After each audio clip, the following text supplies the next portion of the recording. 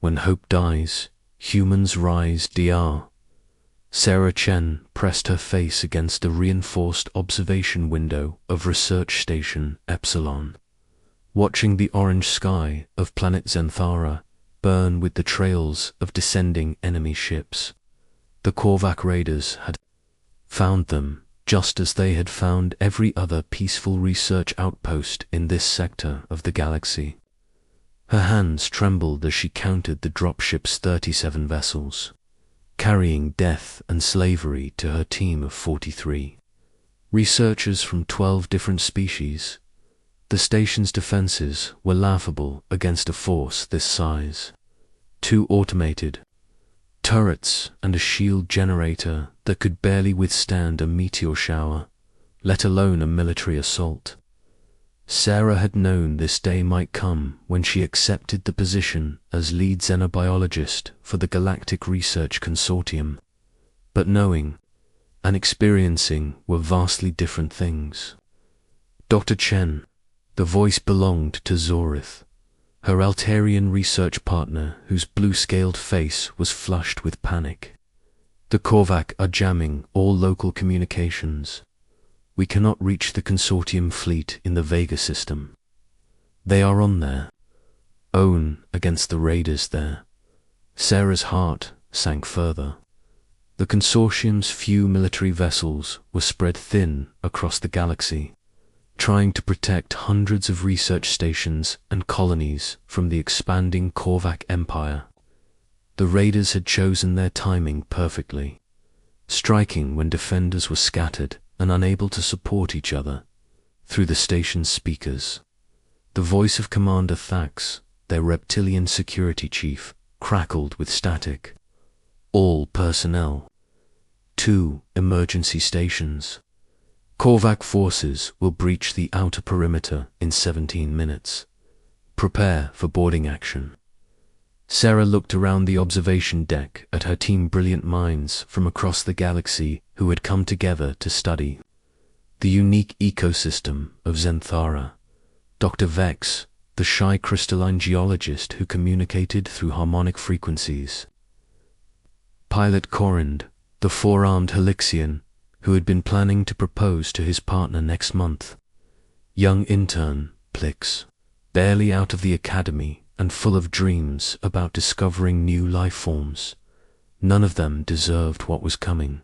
The Korvac didn't just raid for resources, they enslaved entire populations, forcing brilliant scientists to work in their war factories or selling them to the highest bidder in the black markets of the Outer Rim.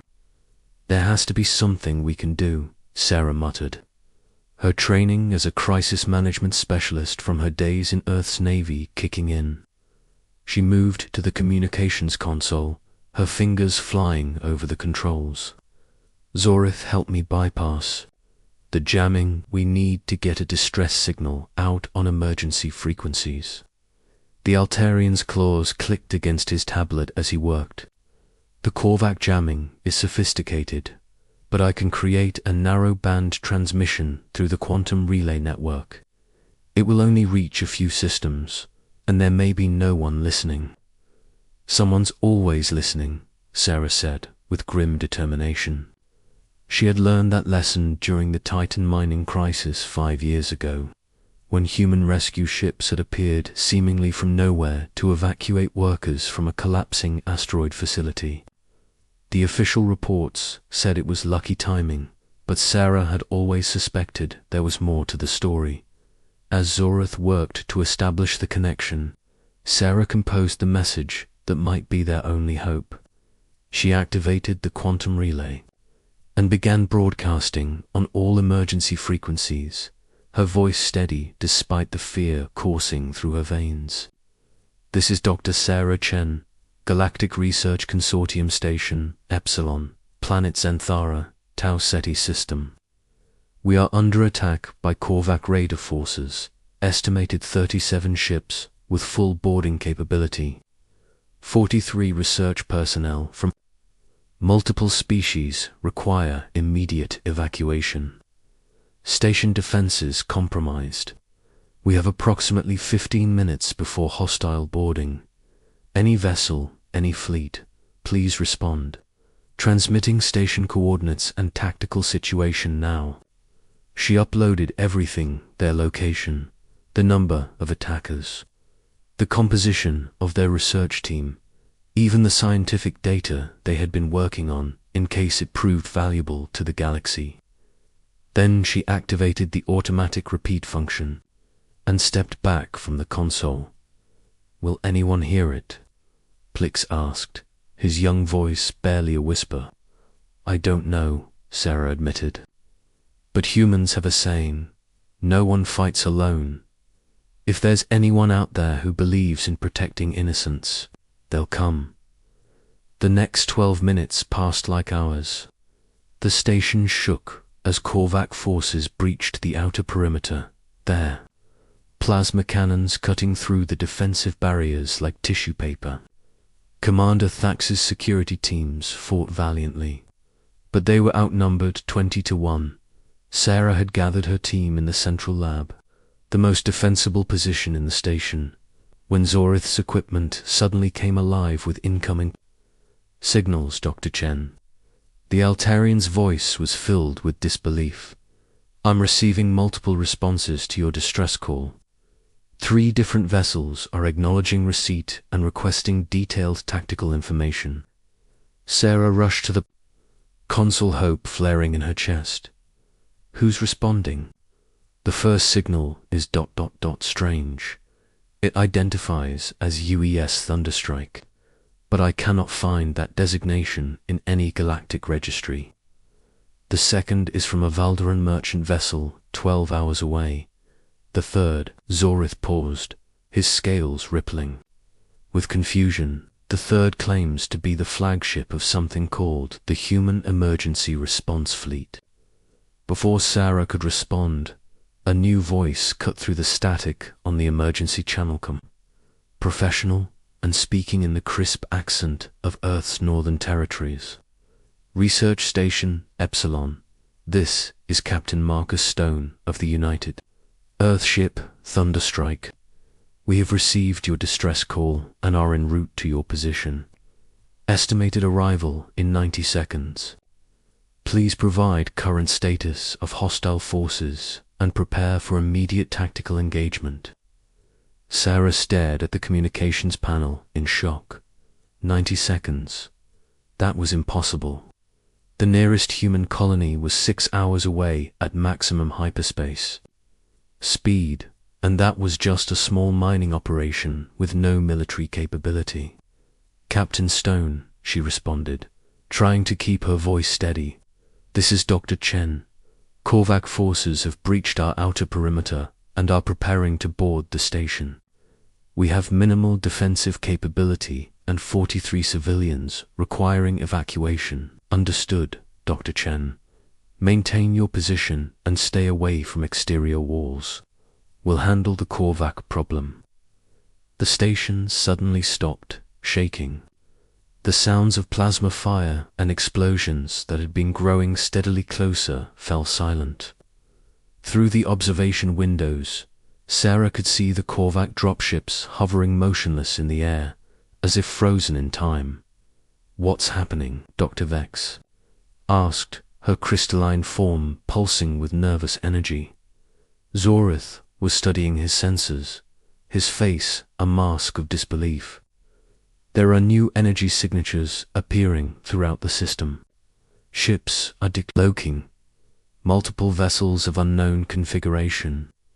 Sarah moved to the observation window and looked up at the sky. What she saw made her question everything she thought she knew about human space capabilities. Descending through Centra's atmosphere were ships unlike anything in the galactic database. Sleek, predatory vessels that moved with a precision that spoke of advanced technology and extensive combat experience. The lead ship was massive, easily 3 times the size of the largest Korvac raider, its hull bristling with weapon systems that were powering up with an ominous blue glow. But it wasn't just the size that was impressive, was the way the ship moved, like a living predator stalking its prey. Captain Stone's voice returned to the communications channel. But now there was an edge to it that made Sarah's spine tingle. With recognition, the voice of a professional warrior who had done this before. Korvac vessels, this is Captain Marcus Stone of the United Earthship Thunderstrike. You are in violation of Galactic Treaty 247 regarding attacks on civilian research facilities. You have 30 seconds to withdraw from this system or face the consequences. The response from the Korvac commander was immediate and filled with arrogant disdain. Human ship, you are outnumbered 37-1. Withdraw immediately or be destroyed. This system is now under Korvac control. Captain Stone's reply came after a pause that seemed to stretch forever. And when he spoke, Sarah heard something that made her remember why she had once been proud to serve in Earth's military. Korvac commander, you seem to be operating under a misconception. This isn't one ship. This is the advanced scout of Battle Group 7, and we don't negotiate with slavers. The sky above Zenthara suddenly filled with human vessels as ships decloaked throughout the system. Destroyers, cruisers, carriers, and vessels of configurations Sarah had never seen before materialized in perfect formation around the planet. The Korvac raider fleet found itself completely surrounded by firepower that could have reduced continents to ash. Impossible, the Korvac commander's voice cracked with disbelief. Your species barely has interstellar capability. Where did these ships come from? Captain Stone's answer sent chills down Sarah's spine and filled her with a pride she hadn't felt since her military service days. The surrender of the Korvac fleet came within minutes. 37 raider ships powered down their weapons and transmitted unconditional surrender rather than face annihilation by forces they hadn't known existed. As Sarah watched human security teams efficiently board the Korvac vessels and begin processing prisoners, she realized that everything the galaxy thought it knew about humanity was about to change. The quiet, hard-working species from Sol 3 wasn't just another member of the galactic community. They were something far more significant. But even as relief flooded through her, Zorith's urgent voice cut through her thoughts. Dr. Chen, long-range sensors are detecting massive hyperspace signatures approaching the system. It's a Korvac war fleet over 200 vessels, including their flagship dreadnought. Captain Stone's voice returned to the channel, and this time Sarah could hear the smile in his words. Dr. Chen, I hope you and your team weren't planning on going anywhere soon. Things are about to get very interesting. Earth's children don't abandon family. Admiral Rebecca Torres stood on the bridge of the UE Retribution, watching the tactical display as Korvac warfleet signatures solidified into distinct vessels. 217 ships, including the massive dreadnought Bone Crusher that had terrorized the Outer Rim for the past decade. It was exactly the kind of overwhelming force that made species surrender without firing a shot, exactly the kind of bully tactic that made her blood boil. Admiral, Captain Stone's voice crackled through the quantum relay from the Thunderstrike in orbit around Zenthara. Korvac Supremacy Fleet has arrived at the system's edge. They're broadcasting surrender demands to the research station and claiming we've committed an act of war by interfering with their salvage operations. Rebecca's weathered face hardened into the expression that had earned her the nickname Iron Becca. During the Mars Rebellion 20 years ago, she had spent her entire career preparing for this moment, the day humanity would have to reveal its true capabilities to a galaxy that had underestimated them for too long. Captain Stone, signal all ships in your task force to maintain defensive positions around Zenthara. Make sure those researchers stay safe. We're about to show the Korvac Empire why Earth's children don't abandon family. She turned to her communications officer, a young lieutenant whose hands were steady despite the magnitude of what was about to unfold. Lieutenant Park, open a channel to all human vessels in the system. Authorization Omega-7. Channel open. Admiral, Rebecca's voice carried the authority of someone who had spent decades fighting in the shadows to protect humanity's interests. All vessels, this is Admiral Torres. Execute protocol, revelation.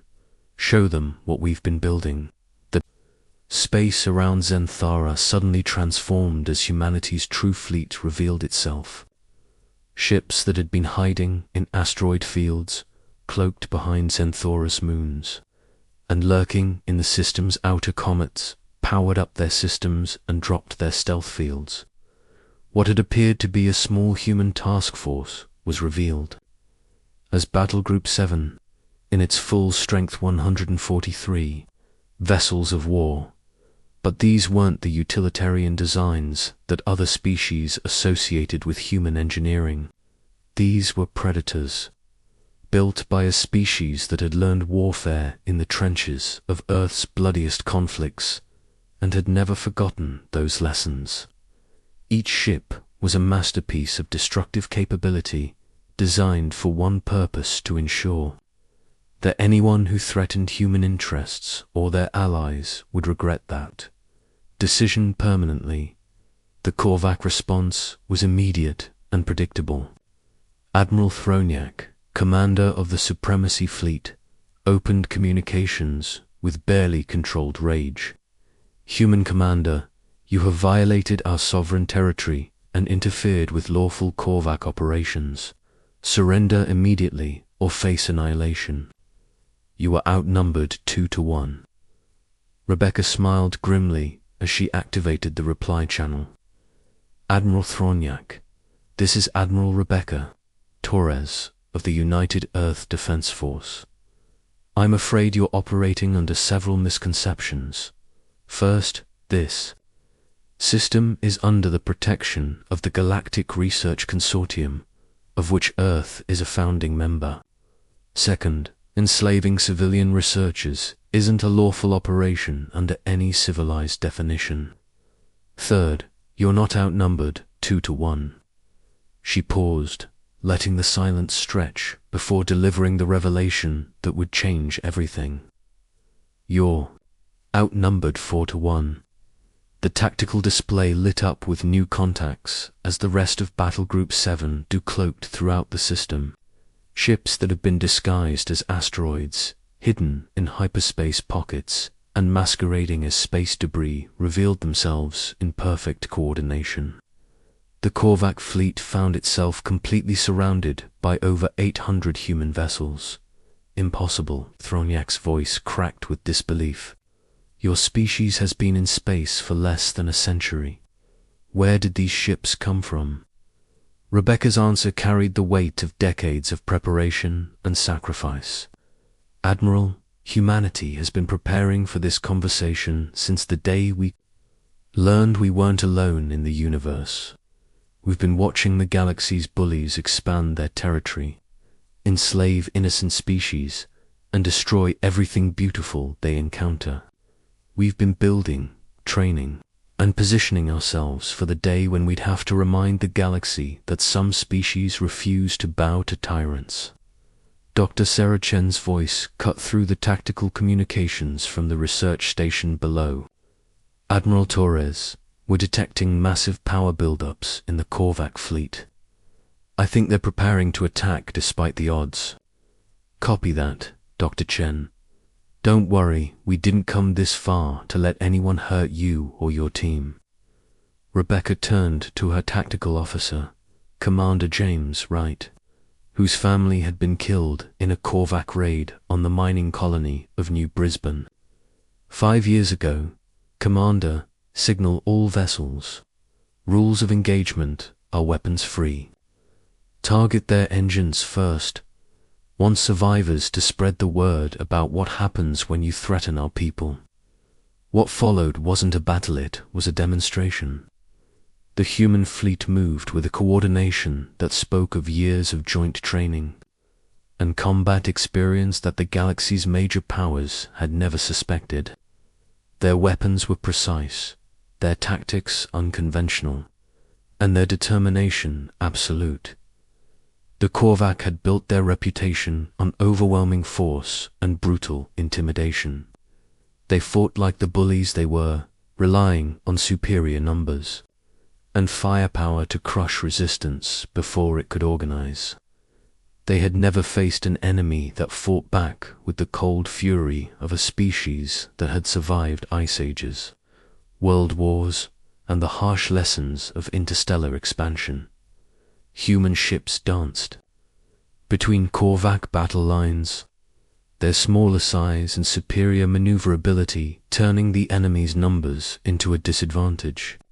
Instead of meeting force with force, they used the raiders' own tactics against them, hit and run strikes that disabled engines and weapon systems, leaving massive Korvac dreadnoughts floating, helpless, while human boarding parties secured the vessels.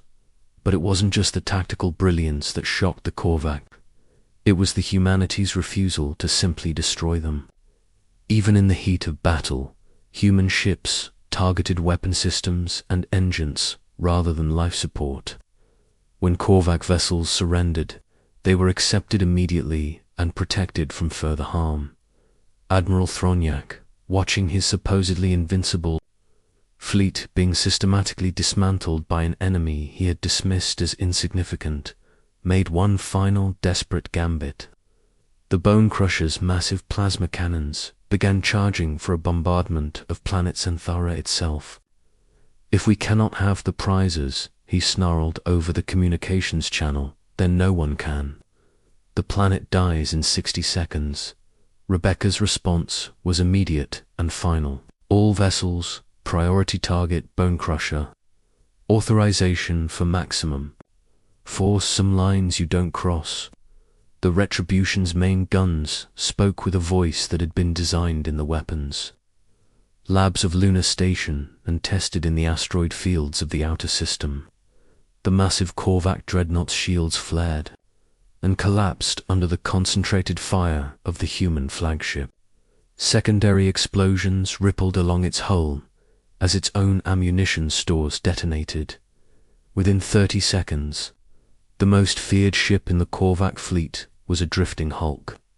Its bridge crew, evacuated by human rescue vessels before the final explosion, could claim more lives. The remaining Korvac vessels surrendered immediately as human ships moved through the battlefield. Rescuing survivors and securing prisoners, Rebecca opened a general communication channel that would reach every vessel in the system and relay to monitoring stations throughout the galaxy. Asterisk. This is Admiral Rebecca Torres of the United Earth Defense Force, speaking to the galaxy at large. For decades, peaceful species have lived in fear of raiders, slavers, and empire builders who believe that might makes right. Research stations have been abandoned, colonies have been evacuated, and brilliant minds have been silenced by those who profit from fear and suffering. Her voice carried across the stars, reaching monitoring posts, communication relays, and vessels throughout known space. Today, that changes. Earth and her colonies formally announced the creation of the Galactic Protection Initiative. Any species, any world, any vessel that sends out a distress call will receive our response. We will come with sufficient force to end the threat and with the determination to ensure it never happens again. She paused, letting her words sink in across the galaxy. To those who would prey on the innocent, you have been warned.